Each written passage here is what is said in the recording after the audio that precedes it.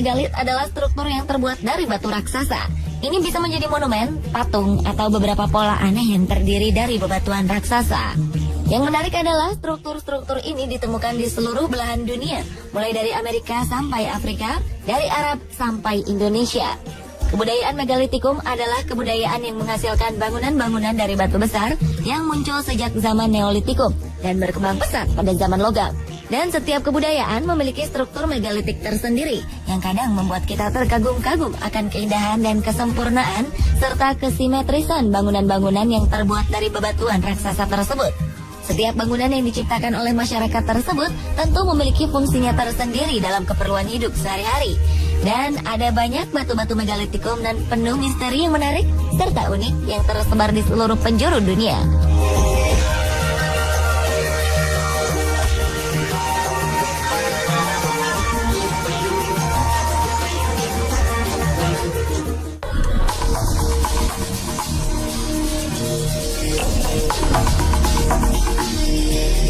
Selain itu, di Prancis juga ada batu yang dikenal dengan batu Carnax.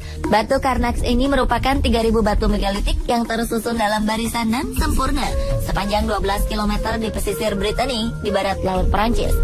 Dinamakan batu Carnax karena keberadaan batu-batu ini yang terdapat di sekitar desa Carnax, Brittany, Prancis.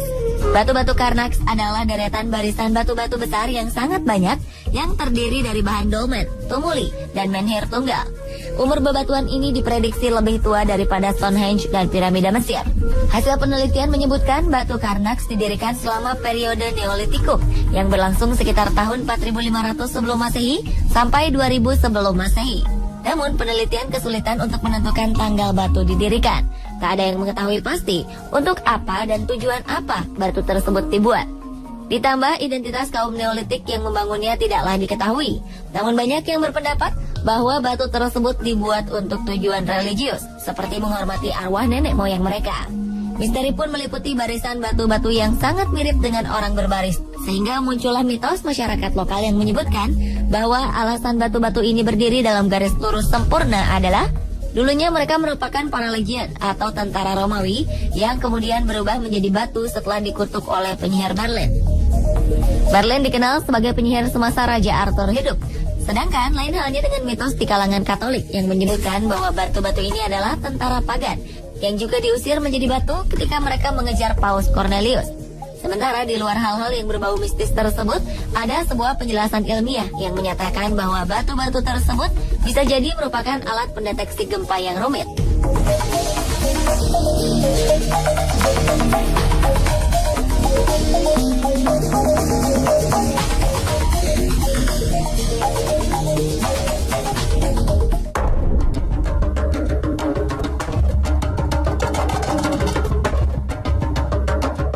Batu setan atau Devil's Marbles adalah salah satu tempat keramat bagi suku aborigin di Australia. Batu yang berada di dekat kota Tennant Creek di Northern Territory ini dapat dirasakan aura spiritualnya. Batu-batu benda raksasa ini tersebar di landscape gersang yang luas. Tanahnya merah, mirip dengan Uluru atau Grand Canyon di Amerika Serikat. Devil's Marbles bukan sekedar formasi bebatuan bunda raksasa, melainkan salah satu tempat yang dikeramatkan suku aborigin setempat. Mereka menyebutnya Karlu-Karlu. Banyak cerita dan legenda yang melatar belakangi munculnya Devil's Marbles. Ada yang menganggap Devil's Marbles sebagai fosil telur hewan purba, namun para ilmuwan menyangkalnya. Lebih dari 1 juta tahun lalu, erosi batu pasir menyebabkan batu-batu granit berubah bentuk menjadi bulat. Satu lahan yang sangat luas bagai dipenuhi kelereng raksasa. Namun teriknya matahari dan gersangnya lahan membuat batu-batu ini terbelah menjadi dua. Meski ada pula batu yang masih berbentuk bundar. Ada beberapa batu yang diameternya mencapai 6 meter. Sedangkan beberapa batu lainnya yang lebih kecil berdiameter kurang dari 1 meter.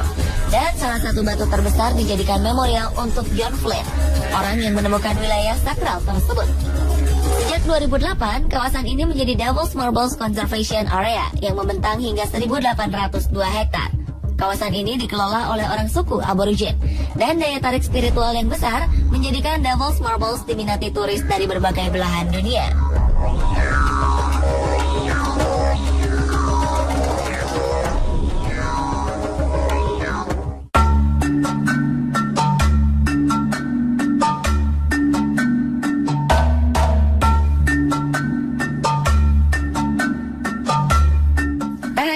luar negeri. Situs megalitikum yang misterius juga ada di Indonesia.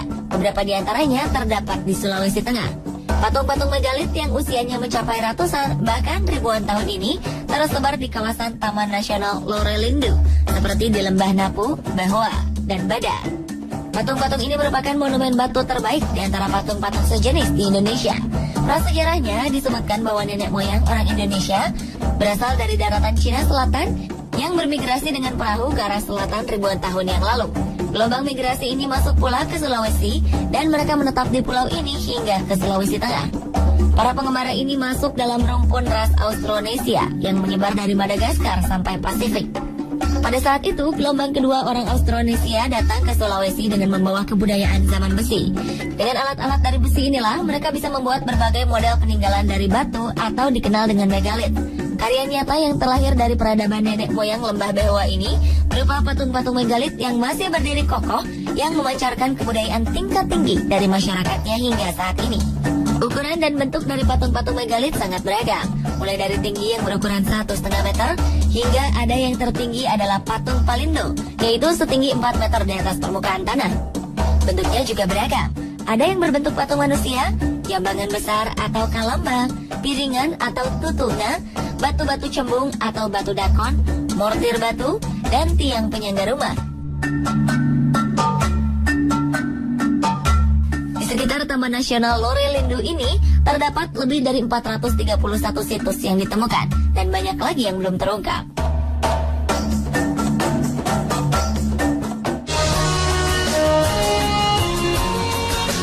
Situs Tadulako yang juga menjadi ikon Sulawesi Tengah merupakan sebuah batu arca yang menyendiri yang terbuat dari batu granit, berdiri tegak di tengah alam berbukit menghadap ke arah utara, yang diartikan sebagai tempat datangnya arwah nenek moyang. Patung ini memiliki tinggi 175 cm dan lebar 70 cm.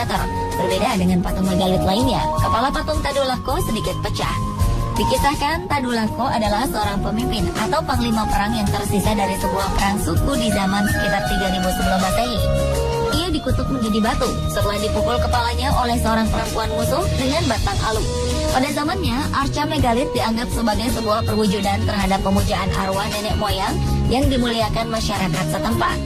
Patung ini memiliki jiwa yang sangat luhur bagi penduduk. Dahulu saat perang antar suku masih sering terjadi, penduduk setempat selalu memohon kepada patung ini agar memperoleh kemenangan dalam peperangan yang mereka lakukan. Karena itulah patung ini dinamakan Tadulako, yang berarti pemimpin di garis depan.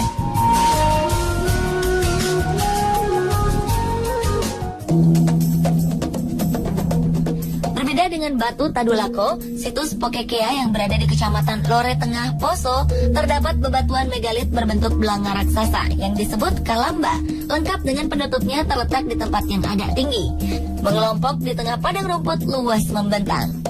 Kalamba yang merupakan tempat penyimpanan orang yang sudah meninggal ini memiliki ukuran yang bervariasi antara 1,5 meter hingga 2,7 meter dan memiliki diameter antara 1 meter hingga 1,8 meter. Dan kalamba juga memiliki tutup yang menunjukkan jumlah yang terkubur dengan pahatan berbentuk manusia sedang tertelungkup atau ukiran wajah. Situs megalit Pokekea terdiri dari 8 buah kalamba, 4 buah arca, 14 buah batu dakon, 18 buah batu kerakel, 5 buah dolmen, 5 buah altar batu, 2 buah batu tetralit, 1 buah batu bergores, dan 2 buah palung batu yang tersebar dalam satu kompleks. Dan menurut kisah warga setempat, masih ada 1 kalamba yang masih terdapat tulang belulang di dalamnya.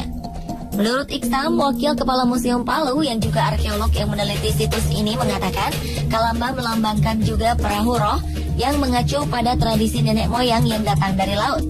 Kalamba dalam bahasa Lore kuno berarti perahu arwah. Ada stratifikasi sosial yang membuat perbedaan dalam bentuk kalamba. Ada tutup untuk orang yang berpangkat lengkap dengan hiasan dan ukiran. Ada tempat menaruh sesaji di dalam kalamba tersebut yang sepintas mirip tempat sabun. Dugaan ini diperkuat oleh penelitian arkeologi tahun 2000 lalu yang menemukan kerangka manusia dalam kalamba. Kerangka itu sempat diidentifikasi dan menunjukkan ras Mongoloid. Dan dari identifikasi karbon menunjukkan umur minimal 1.500 hingga 3.000 tahun yang lalu. Sedangkan patung dari batu yang banyak dan berukuran beragam dari kecil sampai 4 meter itu merupakan personifikasi dari orang yang meninggal tersebut. Sehingga tak heran di situs-situs megalit ini di mana beberapa batu-batu besar, khususnya batu Kalamba, masih banyak didatangi oleh warga sekitar untuk meletakkan sesaji di dekat batu berupa jambangan besar tersebut. Perpaduan megalit dengan keharmonisan alam lembah Behoa ternyata menyimpan daya pikat akan misteri kekayaan sejarah nenek moyang. Lore Lindu dan sekitarnya ditetapkan oleh UNESCO menjadi cagar biosfer sejak tahun 1977. Meski tempat ini telah menjadi cagar biosfer, masih banyak tangan-tangan yang tidak bertanggung jawab yang mencuri dan memperjualbelikan batu-batu bersejarah ini sebagai barang koleksi.